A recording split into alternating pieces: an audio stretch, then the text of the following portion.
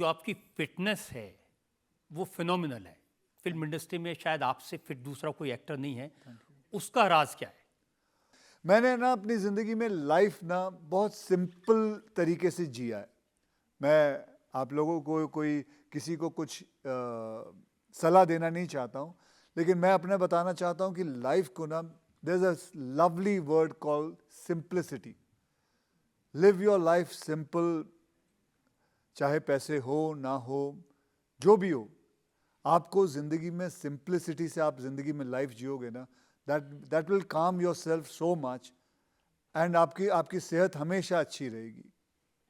ये low blood pressure, high blood pressure, diabetes, stress, these are all, ये सब आप भी जानते हैं, सब लोग जानते हैं कि ये स्ट्रेस जो होता है उसमें वो हमारे भारत देश को जो है बहुत मारते जा रहा है। अगर आप देखने जाओगे तो डायबिटीज़ में हम नंबर 1 आते जा रहे हैं, हार्ट प्रॉब्लम में हम नंबर 1 आते जा रहे हैं। We all have to understand what we need is the basics of life. The basic of life is just be simple in your living. Stop taking stress. Think, the best is think positive. ध्यान से सोचो, किसी के बारे में बुरा मत सोचो. Don't try and take किसी की मतलब बद्दुआ मत लो. एंड लाइफ को है ना सिंपल तरीके से जितना जियोगे, और सबसे कमाल है एक और बात है सेवा। सेवा भाव हमेशा रखो, आपकी सेहत को कभी खराबी नहीं आएगी, कभी खराबी नहीं आएगी। अब फ्राइडे को फिल्म रिलीज होनी है, करोड़ों रुपए स्टेक पे, स्ट्रेस नहीं होगा आपको? नहीं होगा, मतलब वैसा स्ट्रेस नहीं है कि मैं अपना सर पकड़ के बैठ जाऊं, अपने दीवारों पे सर मार लूं। मेरे को ये है कि फ्राइडे सैटरडे संडे अगर मेरी फिल्म नहीं चली, फ्राइडे सैटरडे संडे थोड़ा सा उदास रहता हूँ, घर में चुपचाप रहता हूँ, और फिर सोचता हूँ क्या गलत हुआ होगा, और उसके बाद फैसला लेता हूँ कि अब हो गया, 3 दिन हो गए, you have been quiet, and now it's Monday, I have to go back to another producer, start working for my next film. That's it. Because these things are,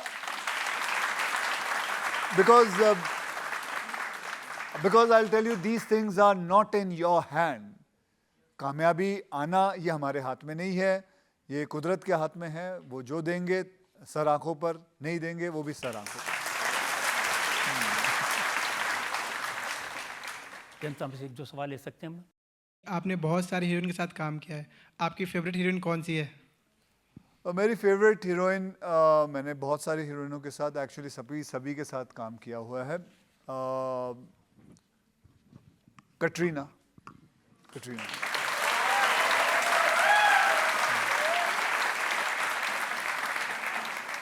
मैंने तो ये सुना कि ज़्यादातर हीरोइंस आपके साथ काम नहीं करना चाहती क्योंकि आपके साथ काम करने के लिए सुबह 5 बजे उठना पड़ेगा। बल्कि आपने गलत सुना है, बिल्कुल उल्टा है। आप किसी भी हीरोइन को पूछेंगे, they are so happy to work with me. अभी बल्कि हाल ही में मैंने जब गुड न्यूज़ भी की थी तो करीना ने अपने हस्बैंड को बोला था, सैफ को, यार ये मज़ा आता है, सुबह 8 बजे पहला शॉट लग जाता है, 11:30 12 साढ़े 12 बजे तक पैकअप हो जाता है, मैं घर आ जाती हूँ, I can be with my children. So उससे बढ़िया बात क्या हो सकती है? आदमी को सुबह काम जितनी जल्दी, देखिए सुबह का फ़ायदा क्या है? सुबह का फ़ायदा यह है कि आपको ट्रैफिक नहीं मिलता, आप जल्दी जल्दी शूटिंग पे पहुंच सकते हैं, काम पे पहुंच सकते हैं। और जब आपका पैकअप हो जाता है यानी कि 1:30-2 बजे, तब आते वक्त आपको फिर से ट्रैफिक नहीं मिलता, क्योंकि ट्रैफिक होता नहीं उस वक्त, बहुत कम होता है। ट्रैफिक के आवर्स जैसे आप सब जानते हैं 4 या 5 बजे ट्रैफिक शुरू हो जाता है, तो आप, और फिर पूरा दिन आपको फ्री मिलता है, आप अपने फैमिली के साथ रह सकते हैं, दोस्तों के साथ रह सकते हैं, जो भी आप करना चाहे कर सकते हैं। I think that is what has happened. अगर हीरोइन सब काम करना चाहती हैं बड़ी बड़ी, तो फिर आप हर फिल्म में नई हीरोइन क्यों लेते हैं? 22 से देखिए, मैं उस हिसाब से अगर आप देखा जाए तो मैं नए नए डायरेक्टर्स भी लेता हूँ, and I am very proud of that. I mean say why not, because I find them so greedy for work. मैं नए डायरेक्टर्स को लेता हूँ, मैं उनके चेहरे पे देखता हूँ, क्यों नहीं दूँ मैं आपको। आई am very proud of it that I have worked with 26 new directors. I have got them on this industry. I've worked with 20 to 23 heroines, new heroines, they've come in this industry. Why not? ये क्या बात हुई कि मैं पुरानों के साथ ही काम करता रहूं, बाकी नयों को कोई चांस नहीं दूं? ये तो बात गलत हुई। नहीं, कोई लोग तो ये कहते हैं कि जब आउट स्टेशन शूटिंग हो रही होती है तो सुबह 5 बजे आके सबके दरवाजे खटका देते हैं, उठ जाओ। नहीं, मैं ऐसा क्यों करूंगा? ऐसा क्यों करूंगा? मैं क्यों दरवाजे किसी के खड़ा? कोई मैं प्रोडक्शन मैनेजर थोड़ी हूँ जो लोगों के दरवाजे खटकाऊंगा, भाई चलो रेडी हो जाओ।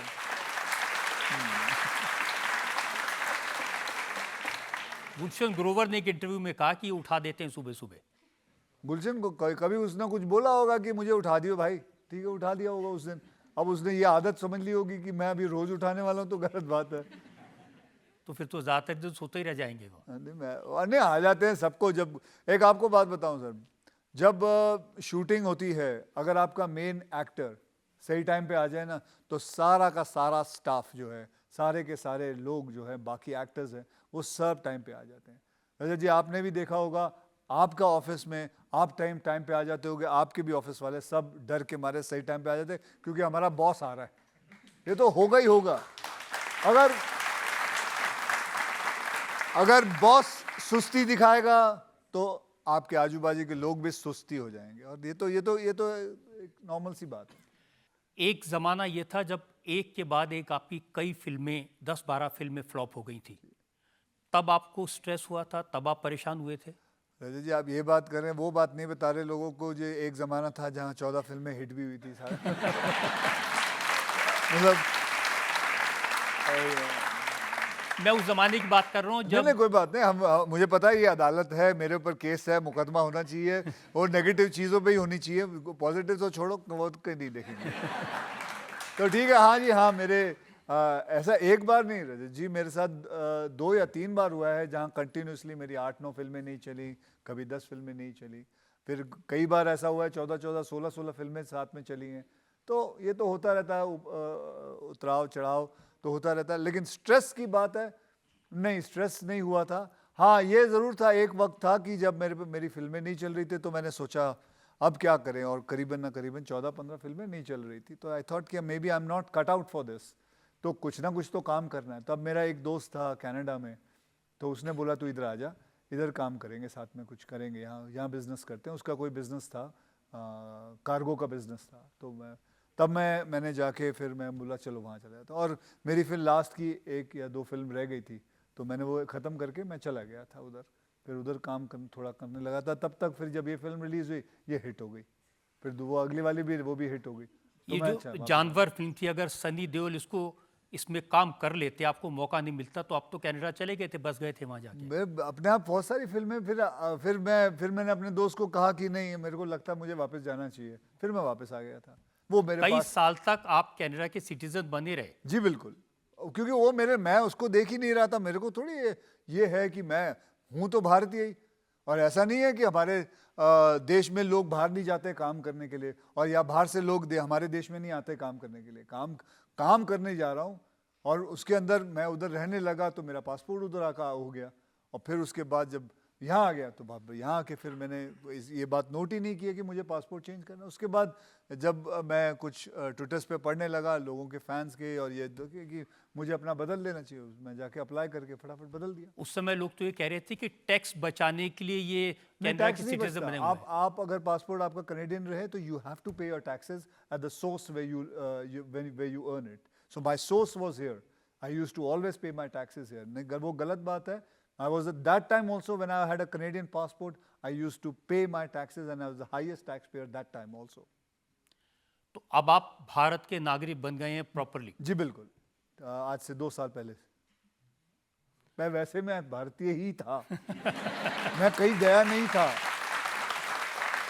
मैं वापस से कह रहा हूं, उस वक्त भी सारे टैक्स मैं भारत में ही देता था। कनाडा में एक फूटी कौड़ी नहीं दी है, जहां ही मैंने दिया था।